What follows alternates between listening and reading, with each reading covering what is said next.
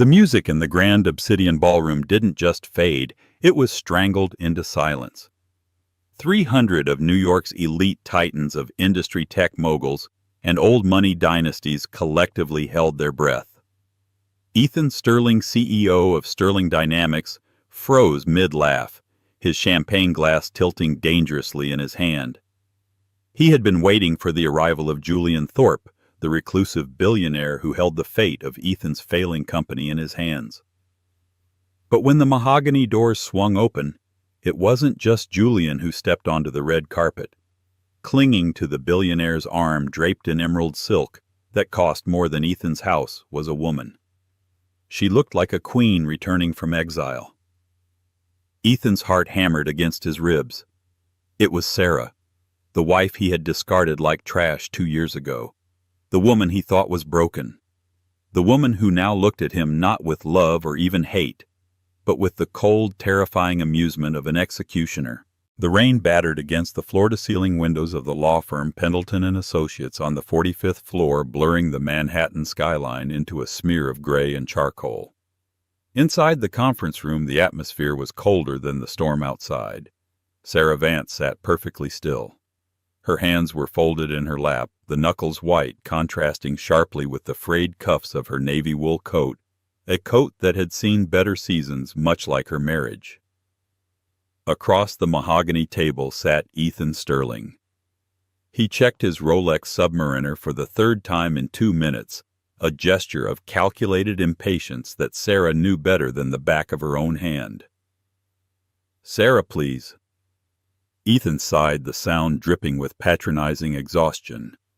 "We've been here for 2 hours. Just sign the papers.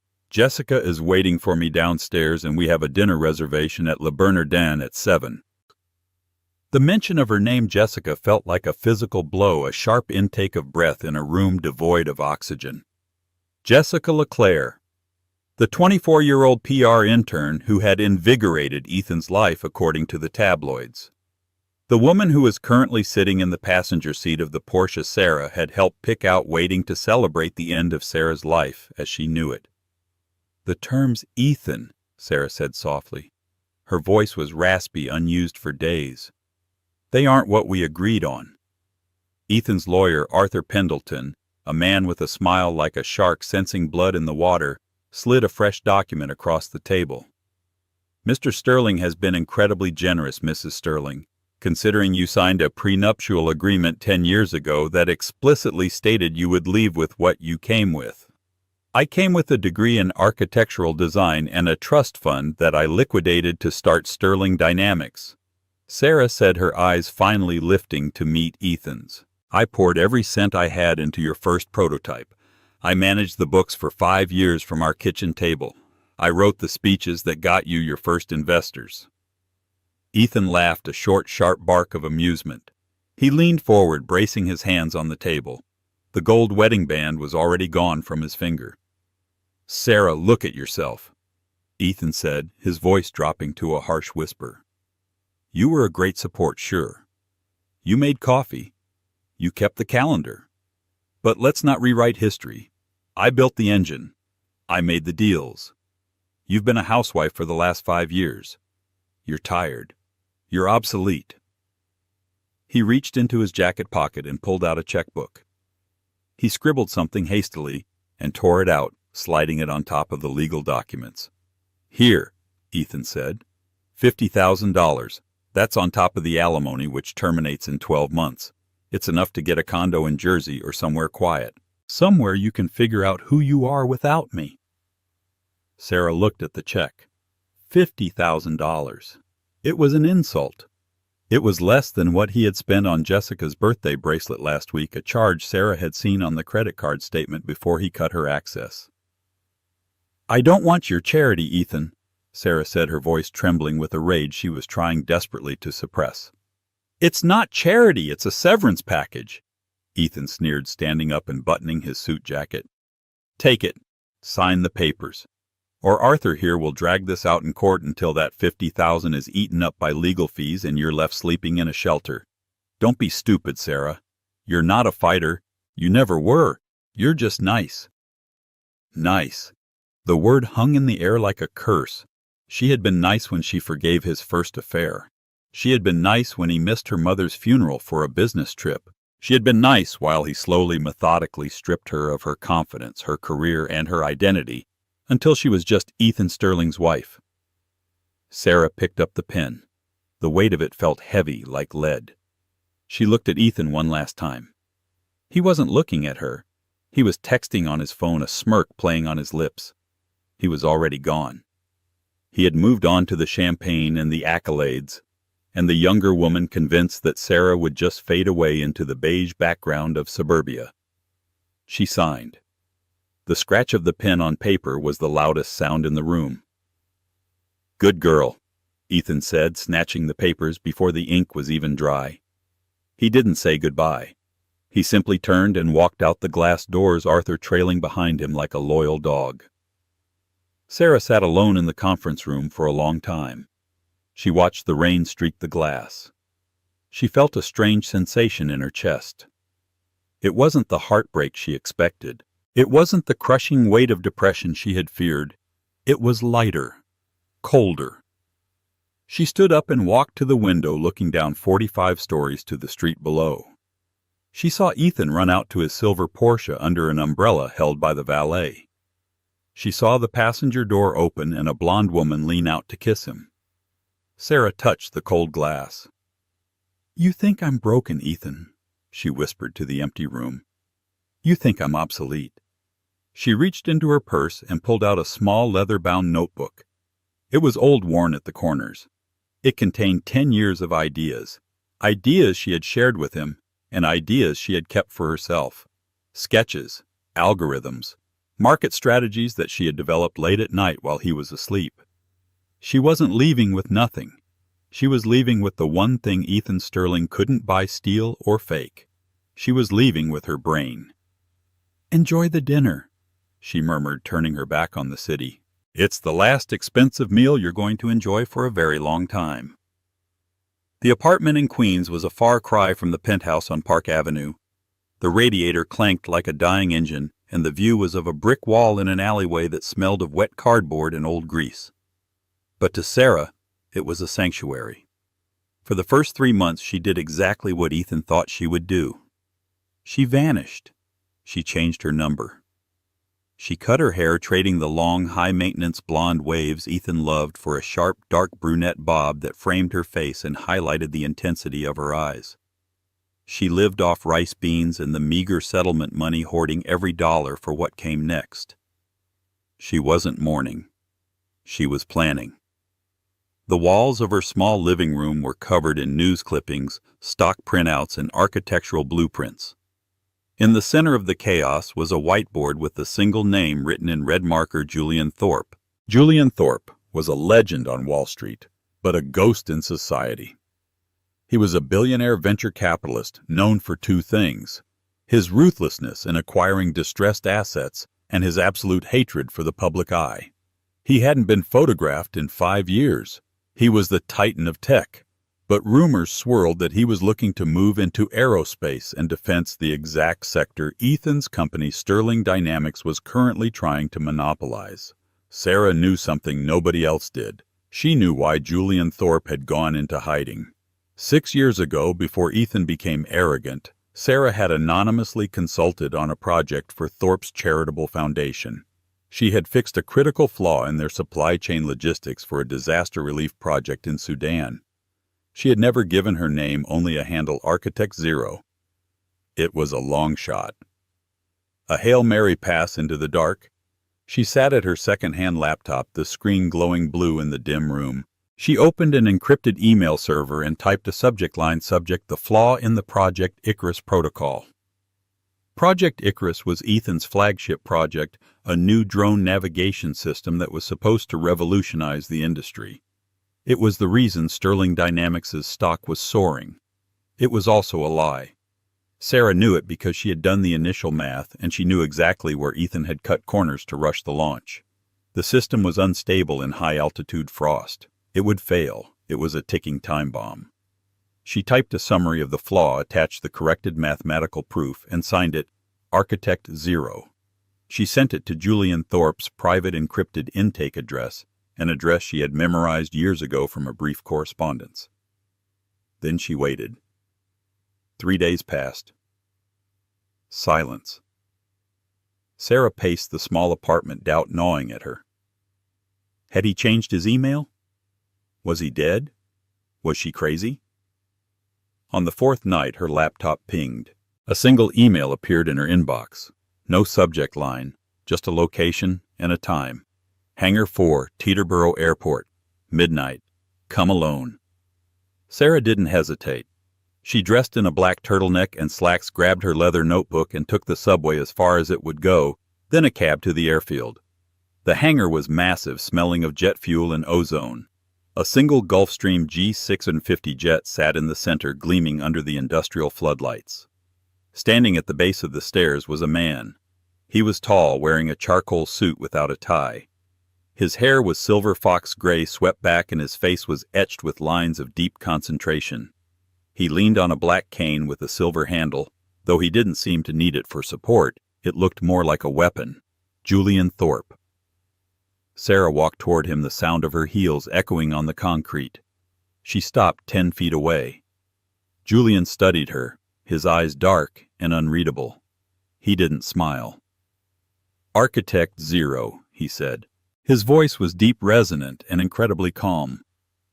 I expected a team, or a defecting engineer, not a woman who looks like she's ready to burn down the city.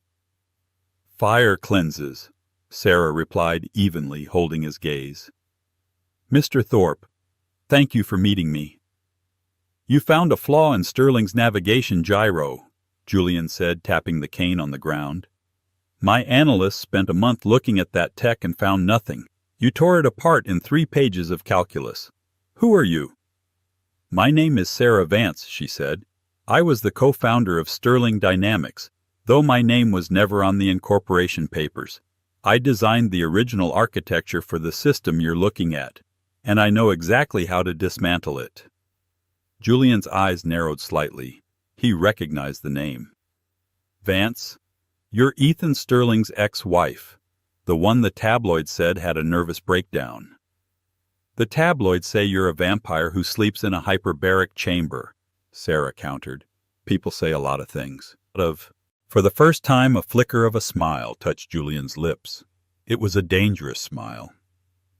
True? So, Mrs. Vance, or Miss Vance, I assume, why bring this to me?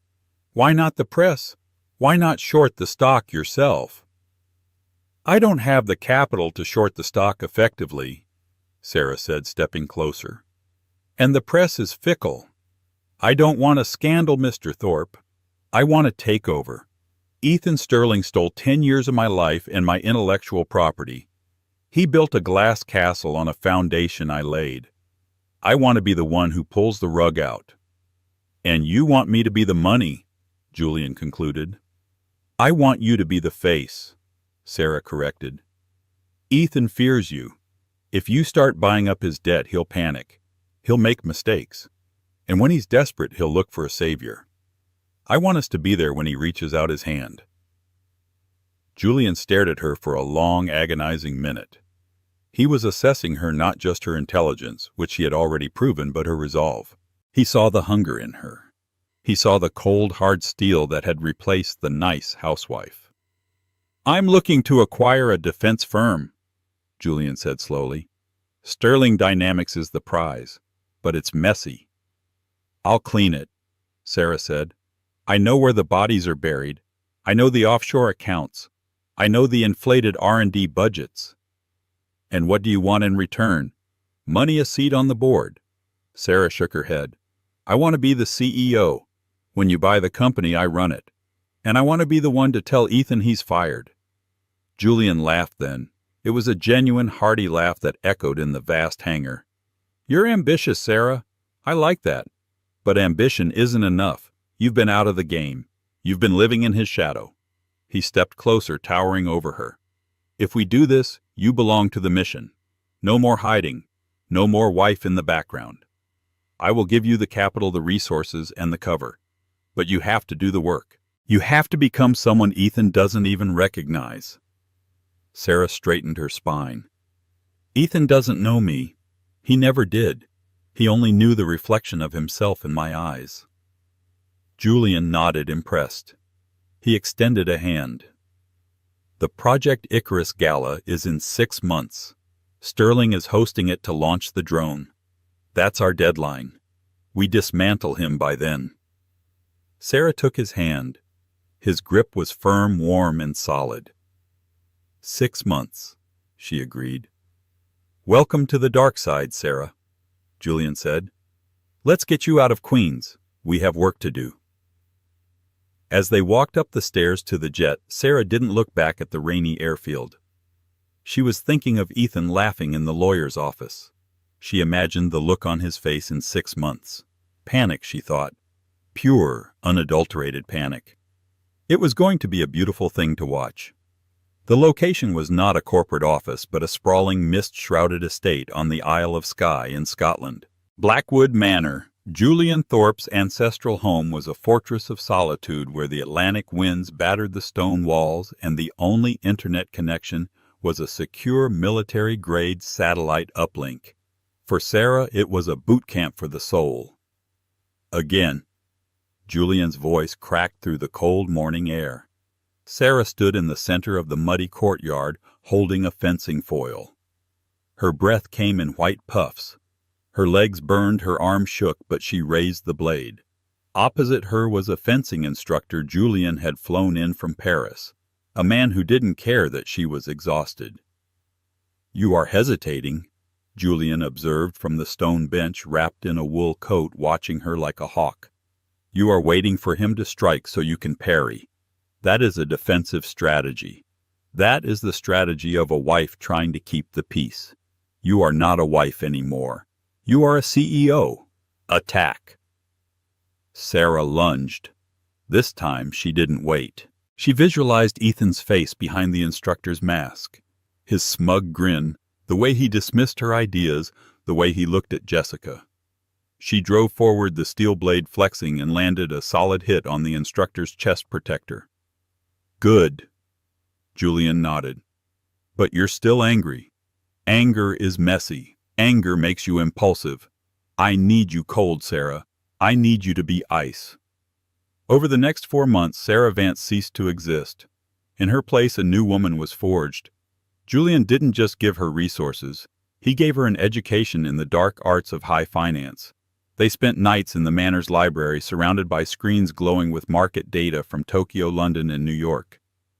Ethan is leveraging the company based on the projected success of Project Icarus, Sarah explained one evening, pointing to a complex graph she had built. He's taking out mezzanine debt, high-interest short-term loans to pay for the raw materials. He's betting everything that the launch will spike the stock price, allowing him to refinance. Julian swirled his scotch, his eyes gleaming. And who holds that debt? Currently, a consortium of banks in Zurich, Sarah said. She tapped a key, bringing up a new window. But the debt is tradable. If we create a shell corporation, we can buy the debt packages. If we own his debt, we own his leverage. "Do it," Julian commanded, "but use a name he won't recognize." Sarah typed in the name of the shell company, Nemesis Holdings. It was too on the nose, she knew, but she allowed herself this one small, poetic justice. While Sarah sharpened her mind and body in Scotland, New York was beginning to feel the heat. Ethan Sterling was pacing his corner office, the panoramic view of Central Park offering him no solace. His suit jacket was thrown over a chair, his tie loosened. Jessica LeClaire sat on the leather sofa, scrolling through Instagram, popping gum. "Babe, you promised we'd go to the Hamptons this weekend." Jessica whined, not looking up from her phone. "The gala is in 2 months. I need a tan." "Not now, Jessica," Ethan snapped, slamming his hand on his desk. Jessica jumped, looking more annoyed than frightened. "God, you're so stressed lately. What is the big deal? It's just a drone." "It's not just a drone," Ethan yelled. He ran a hand through his hair, which was showing premature gray at the temples. "It's the company. It's my legacy. And right now the navigation system is drifting. The gyroscope fails at 30,000 feet. We're bleeding cash trying to fix it, and my lead engineer just quit." He didn't tell her the rest. He didn't tell her that he had received a notification that morning that his primary loans had been sold to a private equity firm he'd never heard of, Nemesis Holdings. The new debt holders were demanding an audit. An audit would reveal that he had moved funds from the R&D budget to pay for the penthouse renovations and Jessica's new car. Ethan walked to the window. He felt a phantom limb sensation. Usually when things got this bad, he would go home and vent to Sarah. Sarah would listen. Sarah would make him tea. Sarah would quietly, without credit, look at the problem and say, "Have you tried recalibrating the sensor array?" And she would be right. He missed her brain. He realized with a sickening jolt that he had fired his most valuable employee and divorced her. "Call the headhunter," Ethan barked at his intercom. "Get me the best systems architect in the country. I don't care what it costs." Miles away across the ocean, Sarah's phone buzzed. It was a forwarded alert from the headhunter agency she was monitoring. She looked at Julian. "He's looking for a replacement for me." Julian smiled, a shark showing its teeth. "Let's make sure he hires the wrong one." The transformation was complete. Sarah's hair was now a sleek, sharp bob dyed a deep midnight black. Her wardrobe had shifted from soft pastels to structured power suits in charcoal navy and blood red. She moved differently. She didn't walk. She glided with predatory intent. It was time for the first direct strike. Ethan was hosting a private demonstration for key investors at a remote testing range in the Nevada desert. It was a critical moment. He needed to prove that the Icarus prototype worked to secure the next tranche of funding. Sarah and Julian watched the live stream from a private suite in Las Vegas, just 50 miles away. "Is the Trojan in place?" Julian asked. "Yes," Sarah replied, her fingers flying across her keyboard. "I still have the backdoor administrative codes to the server. Ethan changed the passwords, but he didn't change the root directory architecture. He's lazy." On the screen, they watched Ethan standing on a platform in the desert wearing tactical sunglasses and a headset. Behind him were generals from the Pentagon and venture capitalists. "Gentlemen," Ethan's voice came through the audio feed, sounding confident. "What you are about to see is the future of autonomous surveillance. Project Icarus is unjammable, untraceable, and precise to within a millimeter." He signaled the launch. The drone, a sleek black triangle, lifted off the runway with a hum. It ascended rapidly, disappearing into the blue sky. "Target acquisition in 3, 2, 1, Ethan announced. Sarah watched the telemetry data on her screen. She saw the drone lock onto the target vehicle, an old tank parked a mile away. "Now," Sarah whispered. She pressed a single key. She didn't crash the drone. That would be too obvious. Instead, she injected a micro-latency into the video feed being sent back to the investors' screens. It was a delay of only 0.5 seconds. But in the world of high-speed defense tech, half a second was a lifetime. On the screen in the desert, the video feed stuttered, the image pixelated. For 3 seconds, the screens went black before coming back online. "Just a minor bandwidth issue," Ethan stammered on the feed, tapping his headset. "It's the desert heat affecting the local relay." "It's not the heat," Sarah said to the monitor. "It's the code." Then she executed the second command. She altered the altimeter reading by 10%. The drone thought it was higher than it was. "Commencing landing sequence," Ethan said. The drone descended, but because its data was wrong, it came in too hot. It didn't crash, but it slammed onto the runway with a violence that snapped the landing gear. The $20 million prototype skidded across the asphalt, sparks flying before coming to a grinding halt with a wing bent at a sickening angle. Silence descended on the Nevada test site. Sarah watched Ethan's face. He went pale. The generals were exchanging looks. One of them closed his notebook and stood up. "Ethan," the general said, his voice caught by the microphone, "that was a hard landing. If that had been a payload scenario, the ordnance would have detonated on the runway." It's a calibration error, Ethan pleaded, running after them. We can fix it in a day. Please don't pull the funding. Sarah closed the laptop. The room in Vegas was silent. He just lost the Pentagon contract, Julian said, his voice devoid of emotion. His stock will drop 20% by tomorrow morning. 30? Sarah corrected. Because I'm going to leak the telemetry data to the tech blogs anonymously. They'll see the latency issues. Julian looked at her. For a moment there was something like fear in his eyes mixed with admiration. You really want to destroy him? No, Sarah said, standing up and smoothing her skirt. I want to buy him. And I want to buy him cheap. Back in New York, the fallout was catastrophic. Sterling Dynamics stock plummeted. The board of directors was calling for an emergency meeting. Ethan was drinking scotch at 10:00 a.m. It was sabotage, Ethan screamed at his IT director. Someone messed with the code. We checked the logs, Mr. Sterling, the IT director said, trembling. It looks like a system error. The code it just degraded. It's the base architecture. It's flawed. Who wrote the base architecture? Ethan demanded. The IT director hesitated. Your wife did, sir. Before she left. It was Sarah's code. Ethan froze. He sank into his chair. He couldn't blame Sarah publicly. If he admitted that his housewife had written the code for a billion-dollar defense project, he would look like a fraud. He had claimed credit for it all. He was trapped in his own lie. He picked up his phone. He had to fix this. He needed money. He needed a partner with deep pockets who could weather the storm and restore confidence. He scrolled through his contacts until he found the number his lawyer had given him. The number for the representative of Thorpe Capital. Connect me to Julian Thorpe's office, Ethan said, his voice shaking. Tell him I'm ready to talk about the Gala sponsorship.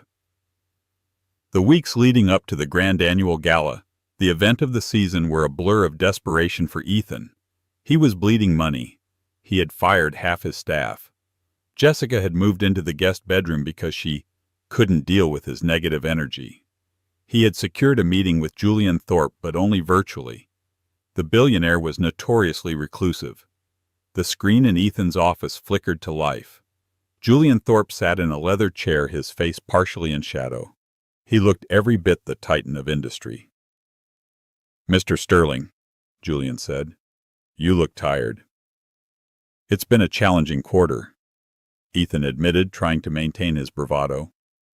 But Sterling Dynamics is resilient. We just need a strategic partner to get Icarus over the finish line. I've seen the footage from Nevada, Julian said dryly. It looked like an expensive paperweight. Ethan winced.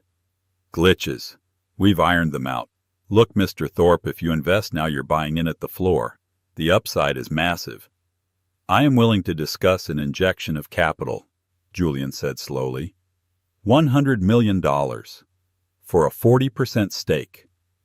40%, Ethan choked. That's hostile. That's the price of survival, Julian countered. Take it or leave it, but I have conditions. What conditions? 1, Julian said, holding up a finger. I want full access to your books. 2, I want seats on the board. And 3, I will be attending your gala personally to announce the partnership. I want the center table, and I will be bringing a guest. Ethan's eyes widened. Julian Thorpe at his gala. It would be the PR coup of the century. It would silence the critics instantly. Done, Ethan said quickly. Absolutely. Who is the guest I need to print the place cards? My new strategic advisor, Julian said vaguely. She prefers to remain anonymous until the night of the event. Just put Ms. V on the card. Ms. V, got it, Ethan said, writing it down. Mr. Thorpe, you won't regret this. I know I won't, Julian said. But you might. The screen went black. Ethan sat back, exhaling a breath he felt he'd been holding for months. He was saved. He had Julian Thorpe. The stock would bounce back. He could pay off Nemesis Holdings. He left the office early that day, feeling a spring in his step. He went to the luxury boutique on Fifth Avenue where Jessica was shopping for her gala dress. He found her in the dressing room wearing a gold sequined gown that was cut so low it was scandalous. "It's $15,000, Jessica said, twirling. "Do you like it?" Ethan looked at her. Really looked at her. She was beautiful, yes, but her eyes were empty. There was no calculation, no depth. She didn't know what a mezzanine loan was. She didn't know how to code. She was just expensive noise. "It's fine," Ethan said, handing his credit card to the sales clerk. "Just buy it." "You're in a good mood," Jessica chirped, snatching the receipt. "Did you fix the drone thingy?" "I found a partner," Ethan said. "Julian Thorpe. He's coming to the gala." "Who?" Jessica asked, bored. Ethan sighed. "The richest man in the city, Jessica. Try to be charming." The night of the gala arrived with the force of a hurricane. The grand obsidian ballroom was decked out in silver and blue, the colors of sterling dynamics. The press was there in droves, flashing bulbs creating a strobe effect on the red carpet. Ethan stood at the entrance, sweating in his tuxedo. Jessica was on his arm, checking her reflection in her phone every 30 seconds. "Where is he?" Ethan muttered, checking his watch. "He's late." "Maybe he stood you up," Jessica said unhelpfully. "He won't. He signed the letter of intent," Ethan said. But panic was clawing at his throat. Then the murmurs started. It began at the street level and rippled up the grand staircase. The crowd parted. The photographers started shouting, their flashes going off in a frenzy that was blinding. A black Rolls-Royce Phantom had pulled up. The driver opened the back door. Julian Thorpe stepped out. He looked regal in a bespoke tuxedo, leaning lightly on his silver-handled cane. The crowd gasped. The recluse had returned. But then Julian turned back to the car and extended his hand. A woman stepped out. She was wearing emerald green silk. The dress was backless, draped perfectly over a body that was leaner, stronger, and more dangerous than the one Ethan remembered. Her hair was a sharp, dark helmet of gloss. She wore diamonds at her throat that glittered like ice. She took Julian's arm. She didn't look down at the carpet. She looked straight ahead. Her chin lifted, her eyes scanning the crowd with a terrifying familiarity. Ethan squinted. The woman looked like, but no. It couldn't be. "Who is that?" Jessica asked, her voice shrill with jealousy. "Is that a model?" Ethan didn't answer. He couldn't breathe. The couple ascended the stairs. They moved closer. The woman's gaze locked onto Ethan. Her lips curved into a smile that didn't reach her eyes. It was the smile of the executioner. "Hello, Ethan," she said, her voice smooth, cultured, and devoid of the stuttering warmth of his ex-wife. "Sarah," Ethan whispered the word, strangling him. "It's Ms. Vance to you," she said softly. "And I believe we have a business meeting." The ballroom was a sea of black ties and designer gowns, but the gravitational center of the room had shifted entirely to table 1. Ethan Sterling sat there sweating through his custom tuxedo. To his right sat Jessica, who was aggressively stabbing at her lobster risotto, her mood souring with every minute that the cameras ignored her. To his left sat Julian Thorpe, the billionaire savior, eating with the calm precision of a surgeon. And directly across from Ethan sat Sarah. She hadn't touched her food. She was sipping sparkling water, watching him. It was unnerving. Every time Ethan looked up, he expected to see the nervous, apologetic woman he had divorced. Instead, he saw a stranger. She was engaging the CEO of Lockheed Martin in a debate about solid-state propulsion, her voice low and confident. The CEO was listening to her with rapt attention, nodding. "So," Ethan said, his voice too loud over the clinking silverware. "Sarah, you look well. I didn't know you knew Julian." Sarah turned her gaze to him. It felt like a spotlight hitting a deer. "There are a lot of things you didn't know, Ethan. You never asked. I see you spent that $50,000 on a makeover. Jessica interjected, snapping her gum. She looked Sarah up and down with disdain. Is that dress rented? The table went quiet. Julian Thorpe stopped chewing. He slowly turned his head to look at Jessica. His expression was one of mild curiosity, as if he were observing a talking insect. This dress, Julian said, his voice deep and smooth, is a custom Givenchy, and Ms. Vance didn't buy it. I bought it for her. I find that when one works with a genius, one should ensure they are draped in excellence. Jessica's mouth fell open. Ethan kicked her under the table. Right. Ethan laughed nervously. A genius. That's very kind of you, Julian. Sarah was always helpful. With the books. I wasn't talking about bookkeeping, Julian said, returning to his meal. Ethan felt a bead of sweat roll down his spine. He leaned in toward Sarah. Look, Sarah, he hissed, lowering his voice so the others wouldn't hear. I don't know what game you're playing shacking up with Thorpe to make me jealous. It's pathetic. If you wanted more money, you could have just asked. Sarah smiled. It was a terrifyingly genuine smile. I don't want your money, Ethan. I have my own now. Please, Ethan scoffed. You have a settlement check. That's not having money. That's survival mode. The lights in the ballroom dimmed. A spotlight hit the stage. It was time for the keynote speech. Time for Ethan to announce the partnership that would save his skin. He stood up, buttoning his jacket, regaining his confidence. This was his arena. He grabbed the microphone and walked onto the stage. Ladies and gentlemen, Ethan boomed, his charisma switching on like a light bulb. Thank you for coming. Tonight we face a turning point. Sterling Dynamics has always been about pushing boundaries. We've had some turbulence recently. A few nervous chuckles from the audience. But turbulence is just proof that you're flying fast. Ethan continued. I am proud to announce that we are entering a new era, a partnership that will secure our future. Please welcome to the stage the man who believes in my vision, Mr. Julian Thorpe. The applause was thunderous. Julian stood up. He walked to the stage, taking the cane with him. He shook Ethan's hand firmly, then took the microphone. Ethan stepped back, beaming. He expected Julian to praise him. He expected Julian to announce the $100 million investment. Thank you, Julian said. The room went silent. I am indeed here to announce a restructuring of Sterling Dynamics. It is a company with great potential built on a foundation of brilliance. But recently that foundation has been neglected. Ethan's smile faltered slightly.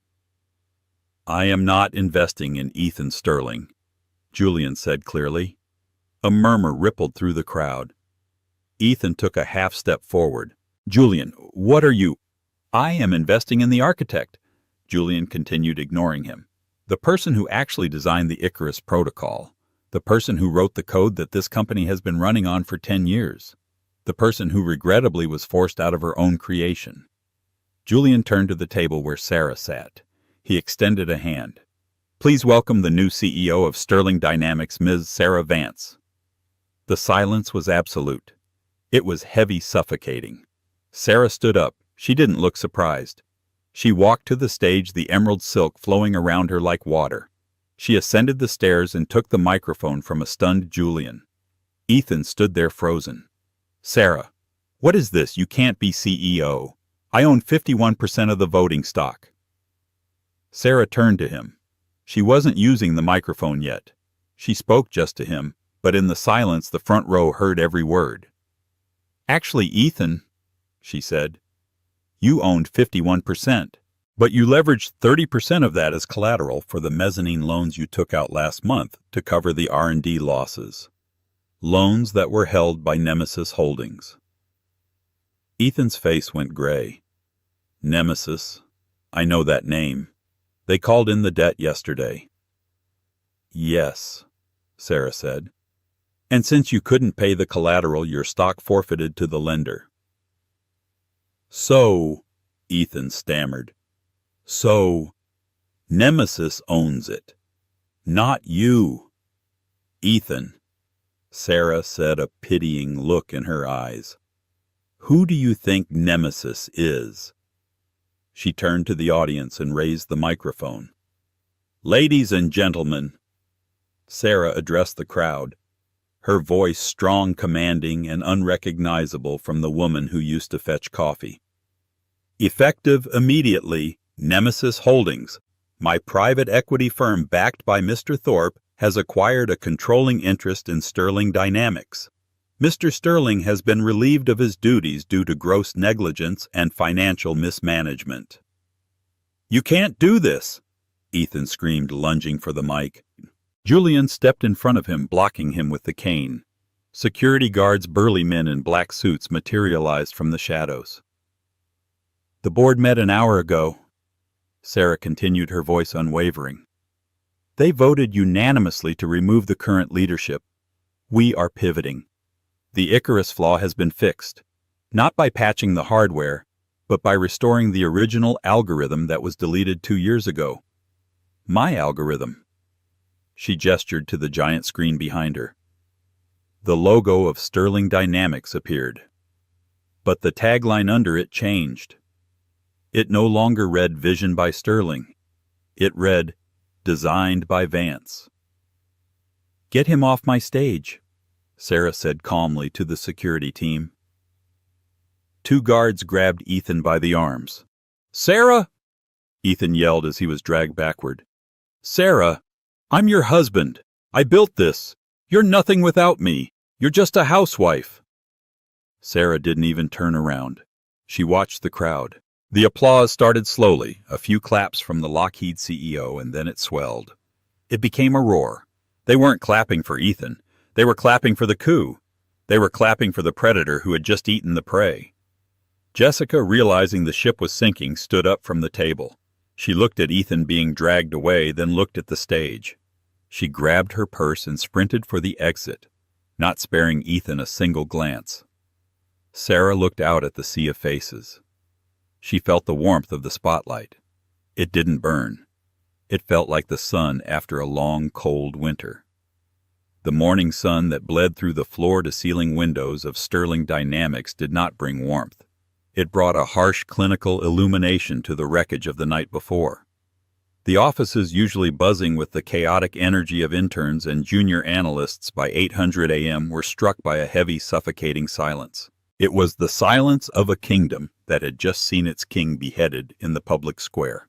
Ethan Sterling sat alone in Conference Room B, the glass-walled enclosure near the elevator bank, famously known among the staff as the Fishbowl. It was the room where Ethan had fired countless employees over the years, often enjoying the way the rest of the office could see the victim weeping while he remained impassive. Now the roles were reversed. Every employee who walked off the elevator cast a fleeting, terrified glance at the man inside, then hurried to their cubicle, keeping their head down. Ethan was still wearing his tuxedo from the gala. The collar was unbuttoned, the bow tie hung loose like a dead snake around his neck, and there was a dark stain of red wine on the white shirt front. He hadn't slept. He sat slumped in the ergonomic chair, staring at the polished oak table, his reflection looking back at him like a ghost. He looked aged, hollowed out, a man whose soul had been extracted along with his net worth. At 8:15 a.m. sharp, the elevator doors slid open with a soft chime. The rhythm of the footsteps was different. It wasn't the frantic scurry of an assistant or the heavy plod of security. It was the rhythmic, sharp click-clack of heels that meant business. Sarah Vance stepped onto the floor. She was a vision of ice and steel. Gone was the emerald gown of the temptress. In its place was a pristine white architectural power suit that made her glow against the gray office backdrop. Her hair was swept back, severe and perfect. She held a single thin file folder in her hand. She didn't look at the employees who half stood to acknowledge her. She walked straight to the fishbowl. She opened the door. The sound of the latch clicking shut was the loudest noise in the room. Ethan looked up. His eyes were bloodshot, rimmed with red exhaustion. He tried to straighten his posture, a reflex of his old arrogance, but his body betrayed him. He just looked small. "Sarah," he croaked. His voice was ruined, likely from screaming into his pillow or a bottle of scotch the previous night. Sarah didn't sit immediately. She walked to the window looking out at the skyline that Ethan used to claim he owned. "It's a beautiful morning, isn't it?" she asked, her tone conversational, as if they were discussing the weather and not the dismantling of his life. "The air is clearer today." "Stop it," Ethan whispered. "Just stop the act. You've had your fun. You humiliated me in front of the entire industry. Are you happy?" Sarah turned her face impassive. She sat down opposite him, placing the file folder on the table between them. She didn't slide it across yet. She kept her hand on it, possessing it. "Happiness isn't the metric I'm using, Ethan," she said calmly. "Efficiency is. And last night wasn't humiliation. It was a correction. The market corrects itself when an asset is overvalued. You were the overvalued asset. I built this company." Ethan slammed his hand on the table, though the impact was weak. "You can't just steal it with some legal trickery." "There was no trickery," Sarah replied, opening the folder. "It was a standard leveraged buyout of distressed debt. You know the terminology, Ethan. You used to use it to intimidate your competitors. Nemesis Holdings, my firm, purchased the mezzanine loans you took out to cover the Icarus failures. When the debt covenants were breached due to your liquidity crisis, we exercised our right to convert that debt into equity, controlling equity." She slid a document toward him. It was thick-bound in heavy paper. "This is the separation agreement," she explained, her voice devoid of pity. "We are offering you a clean break. No lawsuits, no forensic accounting into your personal use of company funds for, let's call them, lifestyle enhancements. In exchange, you sign over your remaining voting rights and agree to a 5-year non-compete clause." Ethan stared at the document, the words blurred before his eyes. "Non-compete. You're banning me from the industry, this is all I know." "Then learn something else," Sarah said. "I had to." Ethan looked up, desperation clawing at his throat. "What about Jessica? Have you heard from her?" "She left the Gala. I haven't seen her since. She has my car." Sarah's lips quirked slightly, a microscopic expression of amusement. "Ah, yes, Miss LeClaire. I'm afraid she didn't just leave Ethan. She evacuated. My security team monitored the company accounts this morning. It seems she tried to charge a first-class ticket to the Maldives on the corporate Amex at 2:00 a.m. Ethan blinked. "She what?" "The card was declined, of course," Sarah continued smoothly. "As for the car, the Porsche is a company lease. When she drove it out of the state, it triggered the GPS theft recovery protocol. I believe the New Jersey State Police pulled her over on the George Washington Bridge about 4 hours ago. She was arrested for grand theft auto. I imagine she's using her one phone call to find a lawyer not to call you." Ethan put his head in his hands. A low moan of absolute defeat escaped him. The younger woman, the trophy he had destroyed his marriage to acquire, had abandoned him the second the credit limit ran dry. "She took the jewelry, too," Sarah added, twisting the knife with surgical precision. "Though I suspect she'll find out soon enough that the diamonds you bought her last month were cubic zirconia. I saw the receipts in your personal file. You were really cutting corners everywhere, weren't you?" Ethan didn't answer. He was weeping silently, his shoulders shaking. It was a pathetic sight.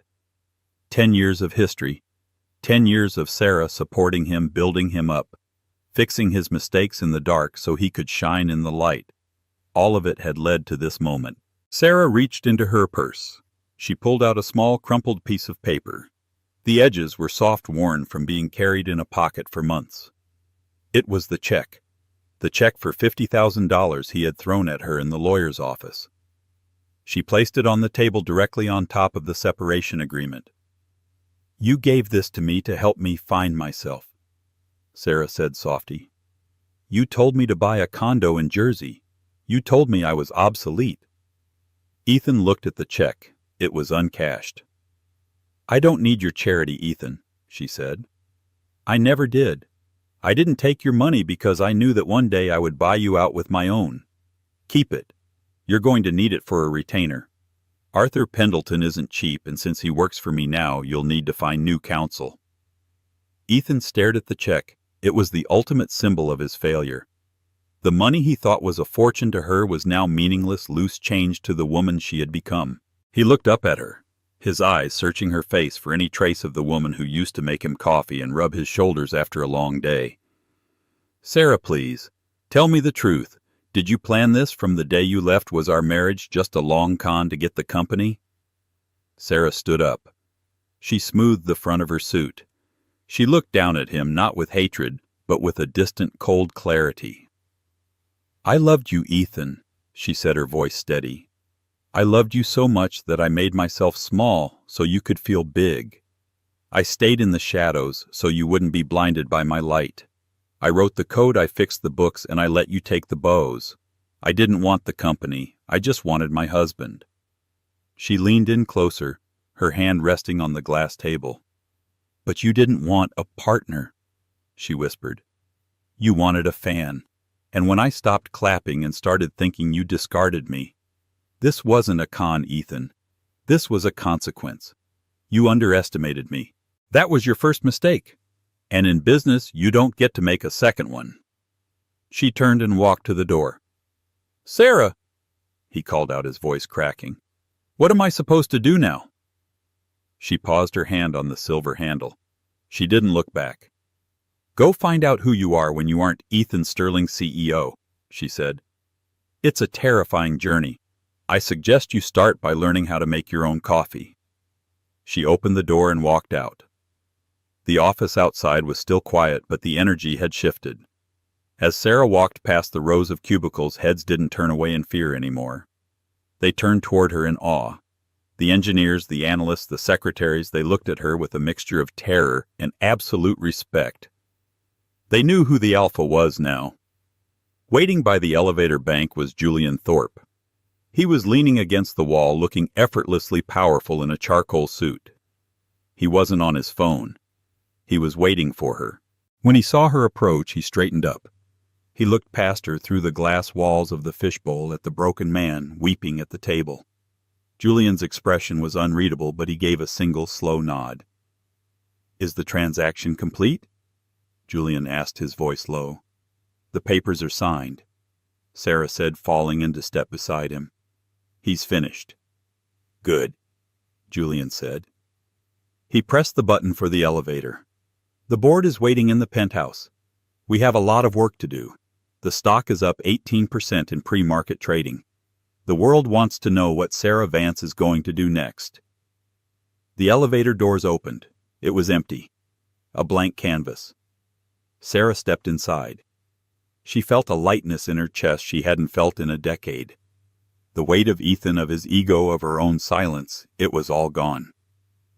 "Let's not keep them waiting," Sarah said, a small, genuine smile touching her lips. As the doors closed, shutting out the sight of the fishbowl and the man trapped inside it, Sarah didn't look down. She looked up at the digital numbers climbing higher and higher. She was ascending. And this time, there was no glass ceiling to stop her.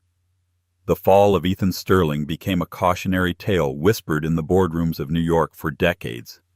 It was a story not just about greed, but about the fatal error of underestimating the quiet ones. Sarah Vance didn't just reclaim her life.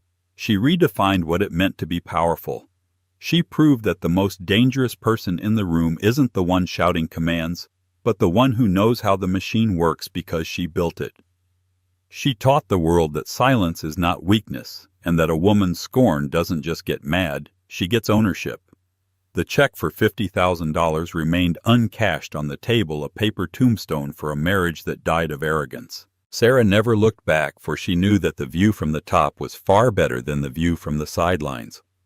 If you enjoyed this story of betrayal, revenge, and the ultimate comeback, please hit the like button. It helps the channel immensely.